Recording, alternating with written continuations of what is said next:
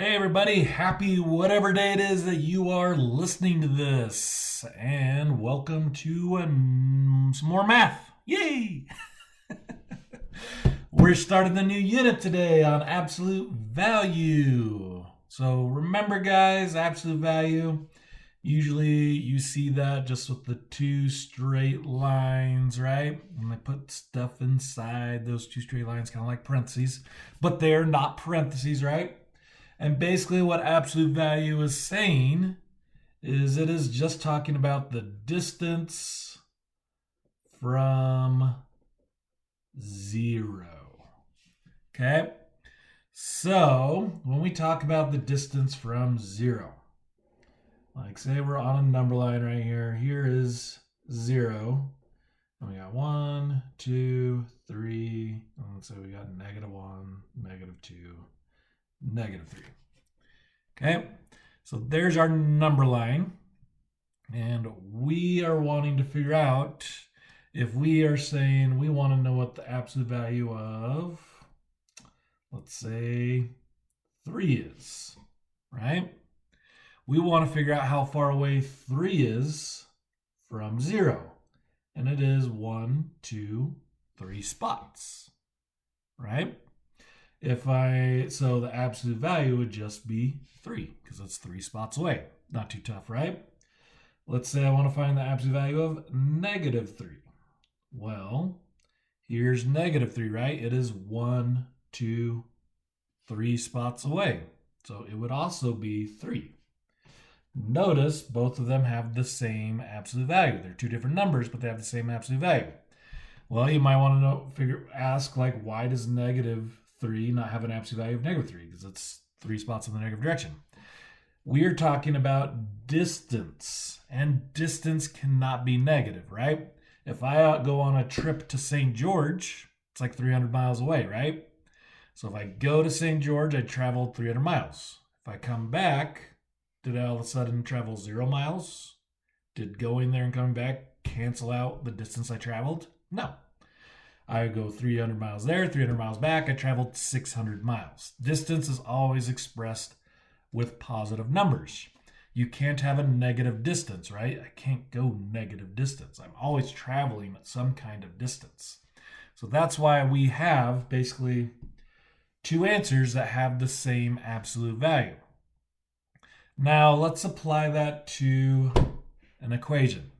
Now these are going to be very basic today, just kind of reminding you guys what an absolute value is. So right here we have the absolute value of x, so we don't know what number x is, right? But we know that its absolute value, right, because it's all by itself here, it's just x inside the absolute value, is equal to 5. So coming back to the number line, what number or numbers are 5 spots away from 0? Well, wouldn't 5 be 5 spots away from 0? And wouldn't -5 also be 5 spots away from 0? Yeah, both of those would be possible solutions to this answer. So I'm actually going to have two answers, and this is true with pretty much almost every absolute value problem, where you have the positive possibility and you have the negative possibility. So x could either equal +5 or x could equal -5. And that's it. You're done. Those are your two answers. Okay? Let's try another one. Absolute value of n equals 10. So again, n is all by itself here inside the absolute value, so it has to be something that is 10 spots away from 0. So n has to either equal a +10 or n has to equal a -10. So n would equal 10 or n would equal -10. Those are your two possibilities. Okay? One last problem here. I have the absolute value of a is equal to -10. Now, that's saying that whatever this is has a distance of 0 of -10. Well, I just got done talking about how distance can't be negative, right? That means this is not possible because it's saying that this distance from 0 is negative. So this, anytime you have the absolute value all by itself and it's equal to a negative number, is just a no solution. Because it is not possible to have your absolute value equal a negative number, because that means it would have a negative distance from 0, which distance can't be negative. And that is it. Wait, hold on one sec. Before I finish, I want to check one more thing. Yep, there is. Okay, one more problem I want to do. Sorry, I forgot to do this. I thought this was going to be a quick video, and it still is going to be kind of quick. But let's say I have our absolute value of r is equal to 0.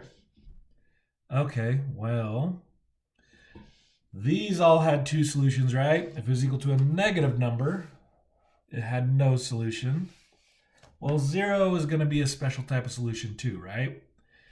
How far away is 0 from 0? Well, you're on 0, right? There's no positive or negative version of 0, so on this type of problem, there's only going to be a one solution. It's going to just be 0. There's no two answers on that one.